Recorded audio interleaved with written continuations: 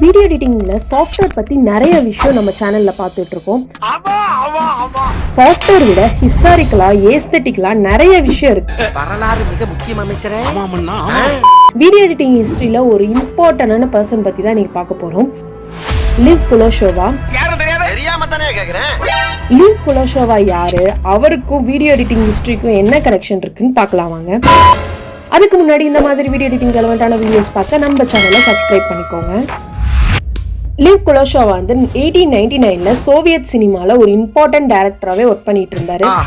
சினிமான்ற ஒரு விஷயமே கண்டுபிடிச்ச டைம் அது. அப்போ America, England, Germany and Soviet யூனியன்ன்றது இப்போ உள்ள ரஷ்யா, இந்த கண்ட்ரீஸ்லாம் தான் சினிமா பத்தி நிறைய விஷயங்களை வந்து இன்வென்ஷன் பண்ணி மக்களுக்கு கொடுத்துட்டு இருந்தாங்க. அப்பெல்லாம் டைரக்டர்னா அந்த ஒர்க் மட்டும் இல்லைங்க, கேமரா, டெக்னிக்கல் ஒர்க்னு எல்லா ஒர்க்குமே பண்ணி நிறைய டெக்னிக்ஸ் வந்து கண்டுபிடிச்சிட்டே இருந்தாங்க. சொல்ல போனா ஆளினால் அழகுராஜானே சொல்லலாம். இதுக்கு தான் ஊருக்குள்ள ஒரு ஆளினால் அழகுராஜா தேவைங்கிறது. ஆடியோவே இல்லாமல் சைலண்ட் ஏரால மூவிஸ் வந்து மேக் பண்ணிட்டு இருந்த டைம் இது. சின்ன சின்ன இன்சிடென்ட்ஸ்லாம் ரெக்கார்ட் பண்ணி அதை அப்படியே எந்த ஒரு எடிட்டிங்கும் இல்லாமல் ஃபுல் வீடியோ ரெக்கார்ட் பண்ணதை அப்படியே ப்ரொஜெக்ட் பண்ணி அதை ஆடியன்ஸ்க்கு காமிச்சு என்ஜாய் பண்ணிட்டு இருந்த டைம் இது. சொல்லப்போனால் எடிட்டிங்கிற ஒரு டெர்மினாலஜியே அப்போ கிடையாது. அப்போ இவர் சினிமோட்டோகிராஃபில வந்து நிறைய எக்ஸ்பெரிமெண்ட் பண்ணியிருக்காரு. அவர் பண்ண ஒரு எக்ஸ்பெரிமெண்ட்ல இன்ட்ரெஸ்டிங் எக்ஸ்பெரிமெண்ட் தான் குலோஷோவா எஃபெக்ட்.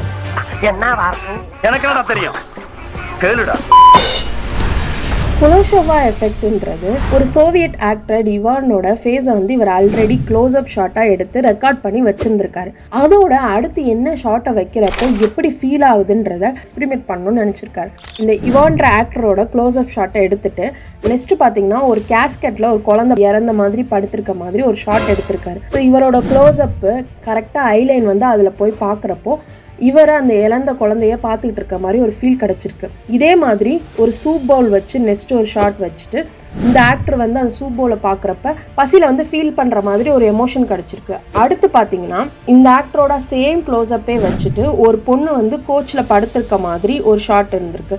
இதை பார்க்குறப்ப இந்த ஆக்டர் வந்து ஒரு லஸ்ட்டாக அதை ஃபீல் பண்ண மாதிரி ஒரு ஃபீல் கிடச்சிருக்கு. இது எல்லாமே எடுத்துட்டு அதே மாதிரி ஜஸ்ட் பொசிஷன் பண்ணியிருக்காரு. ஃபர்ஸ்ட் ஆக்டர் ஷாட்டு, அடுத்து வந்து அந்த குழந்தையோடது, அடுத்த ஆக்டர் ஷாட்டு, அடுத்து வந்து சூப் பவுல், அடுத்த ஆக்டர் ஷாட்டு, அடுத்து வந்து அந்த கோச்சில் அந்த லேடி படுத்திருக்க மாதிரி ஒரு ஷாட். இது எல்லாத்தையுமே அவர் ஜஸ்ட் பொசிஷன் மட்டும் பண்ணி அப்போ அங்கேருந்த ஆடியன்ஸுக்கு ப்ரொஜெக்ட் பண்ணி காமிச்சிருக்காரு. இதை பார்த்தோன்னே இவருக்கு என்ன ஃபீல் தோணுச்சோ அதே மாதிரி அந்த குழந்தைய பார்த்தோன்னே சேடாகவும், அப்புறம் அந்த சூப் பவுல் பார்த்தோன்னே ஒரு மாதிரி பசியில் இருக்கிற மாதிரியும், அடுத்து மூணாவதா அந்த லேடியை பார்க்குறப்ப இவர் லஸ்ட்டாக ஒரு மாதிரி பார்க்குற மாதிரி இருந்திருக்கு. பட் இதில் ஒரு இன்ட்ரெஸ்டிங் விஷயம் என்னன்னா இவரோட ஷாட் வந்து எதுவுமே சேஞ்ச் பண்ணல, சேம் ஷாட்டை தான் அவர் வந்து எடுத்திருக்காங்க. அப்புறம் ஆக்டர் வந்து செம்மையா எப்படி ஒவ்வொரு எமோஷனும் வெளிப்படுத்தியிருக்காங்கன்ற மாதிரியும் ஆடியன்ஸ் வந்து பாராட்டியிருக்காங்க.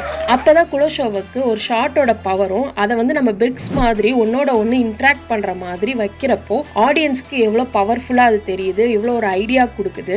நம்ம ஹியூமன் ஐ வந்து ஜூமிங்லாம் எப்பயுமே பண்ணாது, டைரக்டாக பார்ப்போம். அதே மாதிரி பார்க்குற மாதிரி ஒரு பாயிண்ட் ஆஃப் வியூ ஷாட் வைக்கிறப்போ அது ஆடியன்ஸ்க்கு எமோஷனலாக கனெக்ட் ஆகுது. இத்தின் சேம் லொகேஷனாவோ டிஃப்ரெண்ட் லொகேஷனாவோ இருந்தா கூட அது கனெக்ட் ஆயிருக்கும். ஏன்னா அந்த டைம்ல நமக்கு வந்து ஃபுல்லா பிளாக் அண்ட் ஒயிட் தான். ஸோ பின்னாடி என்ன இருக்கு, லொகேஷன் என்ன இருக்குன்றது கூட நமக்கு அவ்வளோ டீட்டெயிலா தெரியாது, ஏன்னா இது க்ளோஸ் அப் ஷாட் இல்லையா. அப்படி இருந்தப்ப டக்குன்னு அது கனெக்ட் ஆயிருக்கு.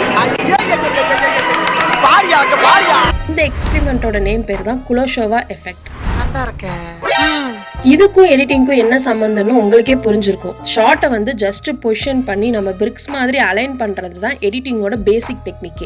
பட் இதை அவங்க எடிட்டிங்னு சொல்லல. ஆமாங்க, ரஷ்யன்ல வந்து எடிட்டிங்க்கு மாண்டாஜ் அப்படின்ற நேம் இருக்கு. அப்படின்னா ஷார்ட்ஸை வந்து அசம்பிள் பண்றதுக்கு பேர் வந்து மாண்டாஜா ரஷ்யன் மொழியில. இப்போ நம்ம இங்கே மாண்டாஜ்னா டிஃப்ரெண்ட் லொக்கேஷனில் டிஃப்ரெண்ட் சீன்ஸில் இன்க்ளூட் பண்ண ஷார்ட்ஸ் எல்லாம் ஒரே இதில் எடிட் பண்ணுறது தான் வந்து மாண்டாஜ்னு பேசிக்காக சொல்லுவோம். சாங்ஸ்லாம் வந்து பார்த்தீங்கன்னா மாண்டாஜாக நம்ம ஷூட் பண்ணிக்கலாம், இல்லை ஆடியோ இல்லாத விஷயத்த மாண்டாஜாக ஷூட் பண்ணிக்கலாம்னு சொல்லுவாங்க. பட் ரஷ்யனில் மாண்டாஜ் மீன்ஸ் எடிட்டிங் அப்படின்னு அர்த்தம். அண்ட் உங்களுக்கு இந்த ஹிஸ்ட்ரி இப்போ பார்க்குறதுக்கு சாதாரணமாக பெரிய எஃபெக்டே இல்லாமல் இருந்திருக்கான். இதில் என்னங்க இருக்குது அப்படின்னு. அந்த டைம்ல கேமரா ஆங்கிள்ஸ்ன்றது ஒன்றும் இல்லை, கட்டுன்றது எதுவுமே இல்லை. அது எல்லாமே எக்ஸ்பெரிமெண்ட் பண்ணி கண்டுபிடிச்சது ரொம்ப பெரிய விஷயமா இருந்திருக்கும். இப்பயும் சரி எப்பயும் சரி ஷார்ட்டுக்கு அடுத்து என்ன ஷார்ட் நம்ம பிளேஸ் பண்ணுறோம், அந்த கட்டோட இம்பார்ட்டன்ஸ் இல்லாமல் நம்ம எந்த எடிட்டிங் பண்ணாலும் அது மீனிங்ஃபுல்லாக கண்டிப்பாக இருக்கவே இருக்காது. அப்படி இன்ட்ராக்ட் ஆகிற மாதிரி நம்ம கட் பண்ணாதான் இப்போ உள்ள ஆடியன்ஸுக்கும் சரி இல்லை எப்போ வர ஆடியன்ஸுக்கும் சரி அது ஸ்டோரியோட கனெக்ட் ஆகி அந்த மூவியோட அவங்க ட்ராவல் பண்ணுவாங்க, இல்லைன்னா டிஸ்கனெக்ட் ஆகிடுவாங்க. இந்த எக்ஸ்பிரிமெண்ட்டோட வேல்யூவை இப்போ உள்ள எல்லா மூவிஸ்லேயுமே எல்லா எடிட்டர்ஸுமே கண்டிப்பாக யூஸ் பண்ணுவாங்க. இது one of the reason for எடிட்டிங்கிற ஒரு விஷயம் எவ்வளோ இம்பார்ட்டன்றது அந்த டைமில் அவங்களால வந்து எக்ஸ்பிரிமெண்ட் பண்ணி கண்டுபிடிக்கப்பட்டுச்சு. இதை வச்சு நிறைய டேரக்டர்ஸ் வந்து எக்ஸ்பிரிமெண்ட்ஸ் வந்து பண்ணியிருக்காங்க. முக்கியமாக சொல்லணும்னா இங்கிலீஷ் ஃபிலிம் டேரக்டரான ஆல்ஃபிரட் ஹிச்காக், உங்களுக்கே தெரியும் சைக்கோன்ற ஒரு எபிக் ஃபிலிமோட டேரக்டர். அவர் பண்ண நிறையா படம் வந்து ஃபிலிம் ஸ்கூலில் பார்த்து ரசித்து அதை பற்றி நிறைய விஷயம் நம்ம தெரிஞ்சிட்டு இருந்திருப்போம். 1960 அந்த மூவி வந்தது. நீங்கள் அந்த மூவி கூட போய் பாருங்கள், ரொம்பவே நல்லாயிருக்கும். இந்த வீடியோ வந்து நான் நியூவாகவே ட்ரை பண்ணியிருக்கேன், உங்களுக்கு பிடிச்சிருக்குன்னு நினைக்கிறேன். இந்த மாதிரி வீடியோ பிடிச்சிருந்தா லைக் பண்ணி வீடியோ எடிட்டிங் ஹிஸ்ட்ரி பற்றி தெரிஞ்சுக்கணும்னு நினைக்கிற உங்கள் ஃப்ரெண்ட்ஸுக்கு வந்து ஷேர் பண்ணுங்கள். இந்த மாதிரி வீடியோ எடிட்டிங் ஹிஸ்ட்ரி ஏஸ்தட்டிக்ஸ் பற்றிலாம் இன்னும் வீடியோ நிறைய போடணும்னா உங்கள் தாட்ஸை வந்து கமெண்ட் பண்ணுங்கள். இந்த வீடியோவில் உங்களுக்கு பிடிச்சிருந்துச்சுனாலும் அதை பற்றியும் நீங்கள் கமெண்டில் தெரிவிக்கலாம். Thank you, by. நெக்ஸ்ட் வீடியோவில் பார்க்கலாம்.